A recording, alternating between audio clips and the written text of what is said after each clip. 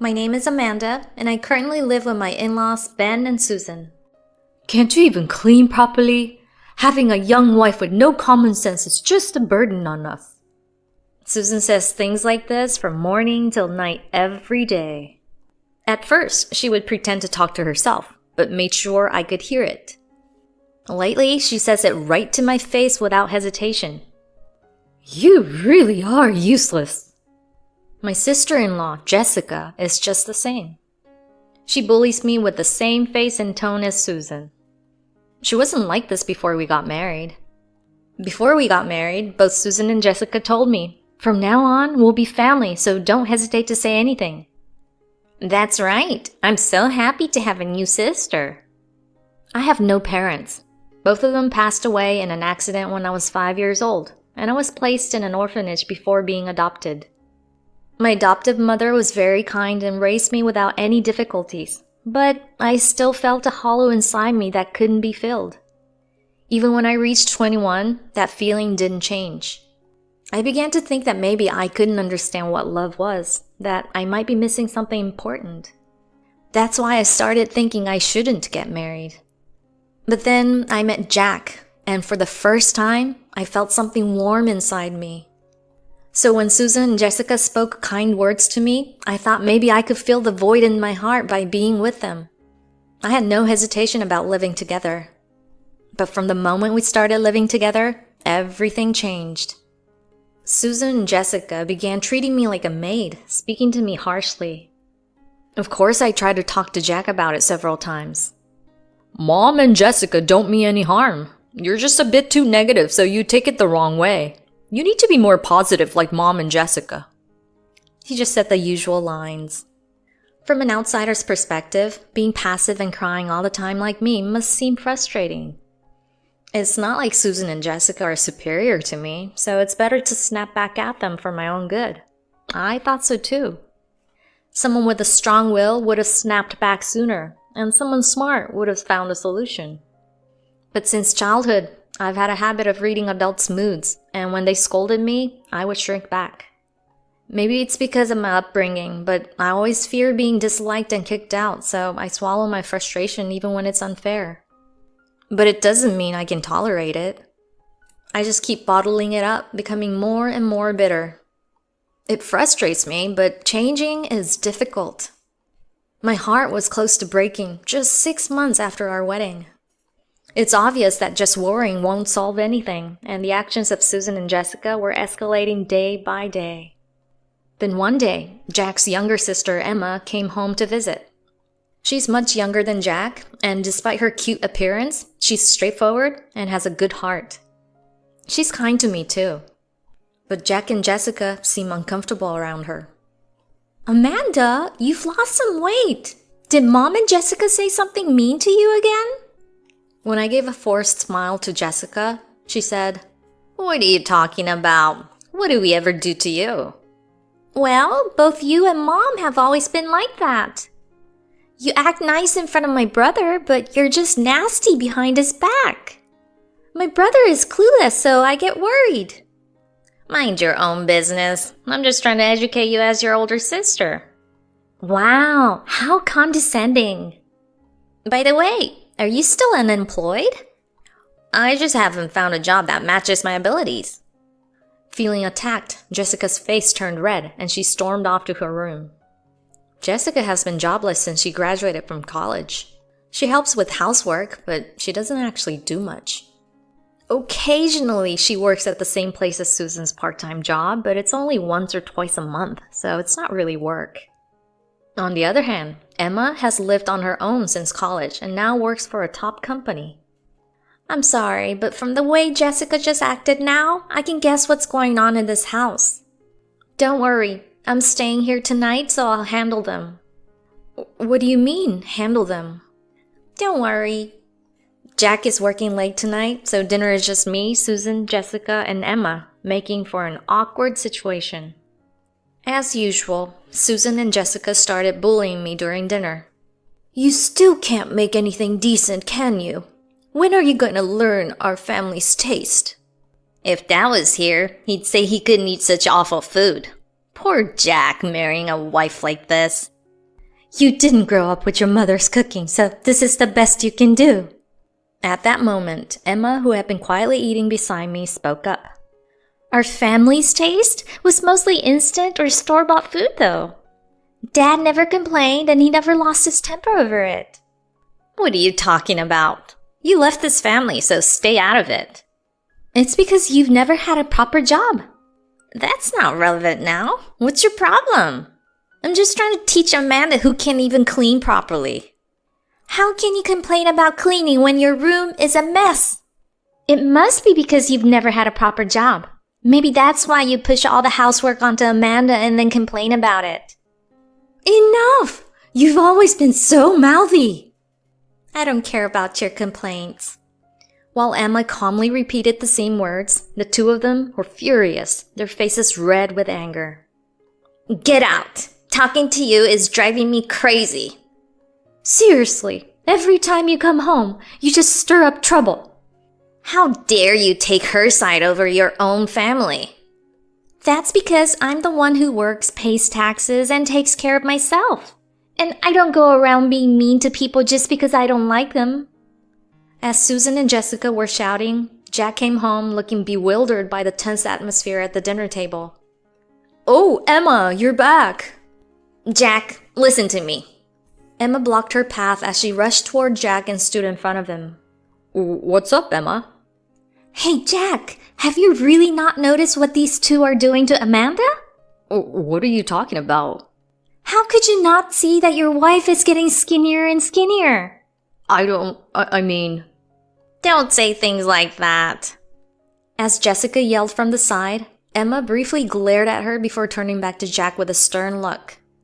Were you just ignoring it? You can't say you didn't notice. You've always been like that.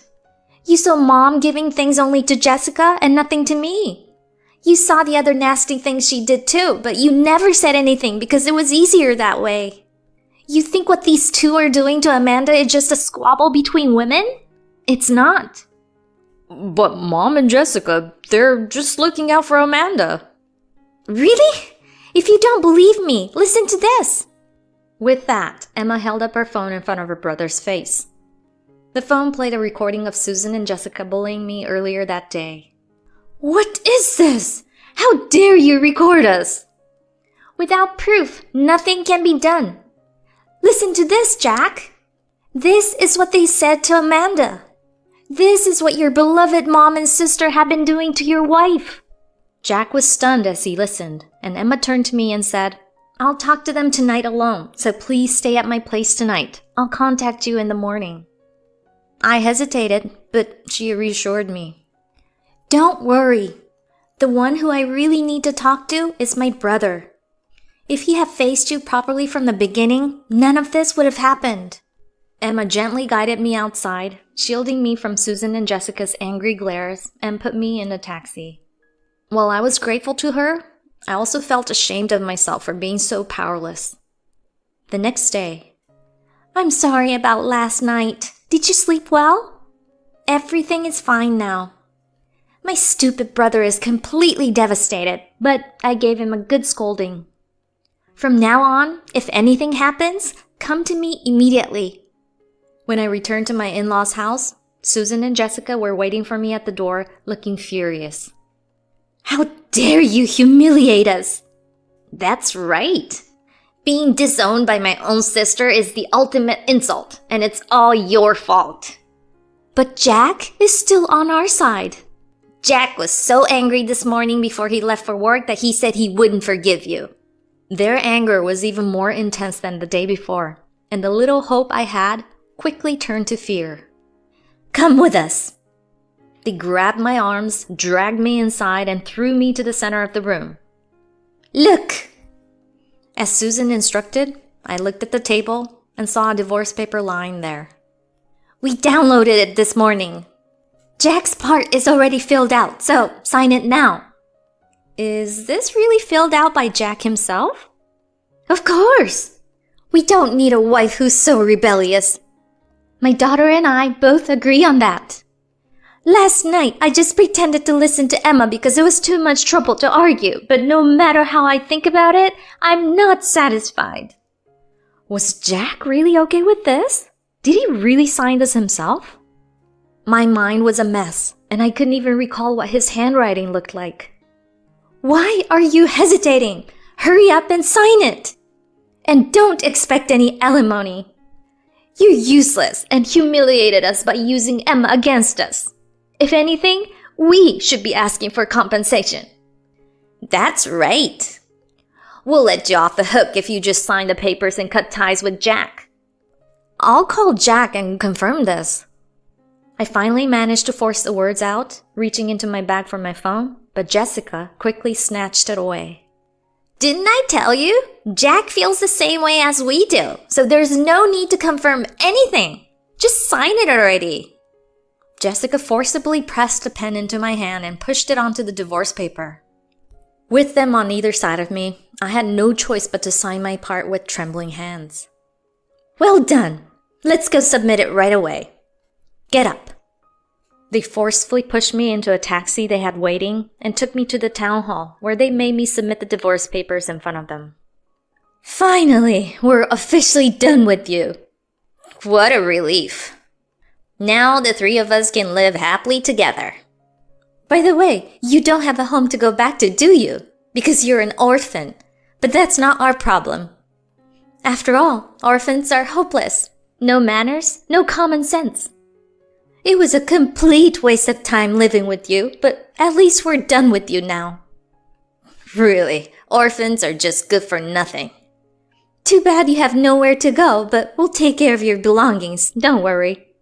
As their laughter faded away, I stood in front of the town hall, stunned.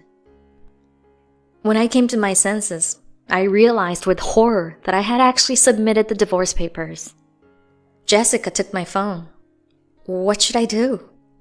Then suddenly, a number I had memorized popped into my head, and I hurried to a payphone, dialing with trembling fingers. The moment I heard the voice on the other end, tears started pouring down uncontrollably. The person on the phone told me to stay where I was, and about 10 minutes later, a car pulled up in front of me. Amanda! Amanda! The people who got out of the car were my adoptive parents. The moment I saw Emily's face, I clung to her and burst into tears. As we drove, I explained everything to them, and Emily scolded me for not contacting them sooner, but her voice was gentle, and their hands on my shoulders were warm. We can't let this go.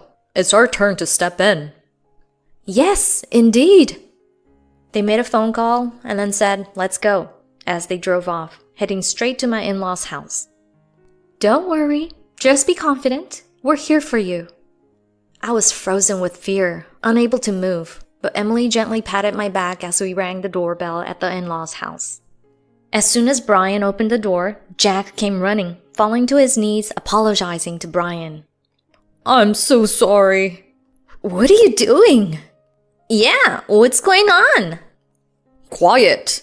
As Susan and Jessica raised their voices, Jack silenced them, explaining that these were my adoptive parents. These are Amanda's parents. So what? Apologizing to your wife's parents on your knees? How pathetic. Silence. These are not just any parents. This man is the president of the company I work for and the largest landowner in this area. What? No way. Jack's words caused them to lose their composure. My adoptive father is indeed the president of the company where Jack works, and his word alone could easily cost Jack his job. He also owns most of the land in the area, including the land where my in-laws' house stands. This can't be true. I told you when we got married. Didn't you listen? Of course my dad knew. Of course. I'm sorry, Jack, for having to pull you out of work. I asked your boss to send you home so we could talk. Yes, of course. This is about what my mom and sister have done to Amanda, right? I was planning to talk to you about it today. Today? Didn't your mom tell you what happened this morning? No. This morning? What are you saying? Anyway, you all need to leave now. Susan and Jessica, suddenly realizing that they had been caught, tried to kick us out, but Emma appeared. I'm sorry I'm late. Emma, what are you doing here? As Susan and Jessica became even more frantic, Emma greeted Brian. It's okay. I'm sorry to call you out for something like this. But my daughter told me that you were the only one who stood up for her, so I wanted to hear your side of the story. Yes, sir. Now, Jack, we shouldn't be discussing this in the entrance. Sorry for the intrusion, but may we come in? Jack quickly invited us inside despite Susan and Jessica's protests and led us to the living room. I'm truly sorry for my mother and sister's behavior, and I'm ashamed of myself as well. I promise to protect Amanda from now on. As Jack apologized profusely, Brian and I exchanged puzzled looks. Jack, do you really not know what happened this morning? What do you mean? Now's not the time to discuss that. Susan and Jessica tried to interrupt and change the subject, but Brian silenced them. This morning, your mother and sister forced my daughter to sign the divorce papers and submit them to the town hall. What? Jack and Emma were both wide-eyed with shock. It seems like not only Emma, but even my husband really had no idea. Is that true? No, it's not like that. It was just a joke to teach her a lesson. Yeah, Amanda just signed and submitted on her own. Enough! You did make her submit it, didn't you?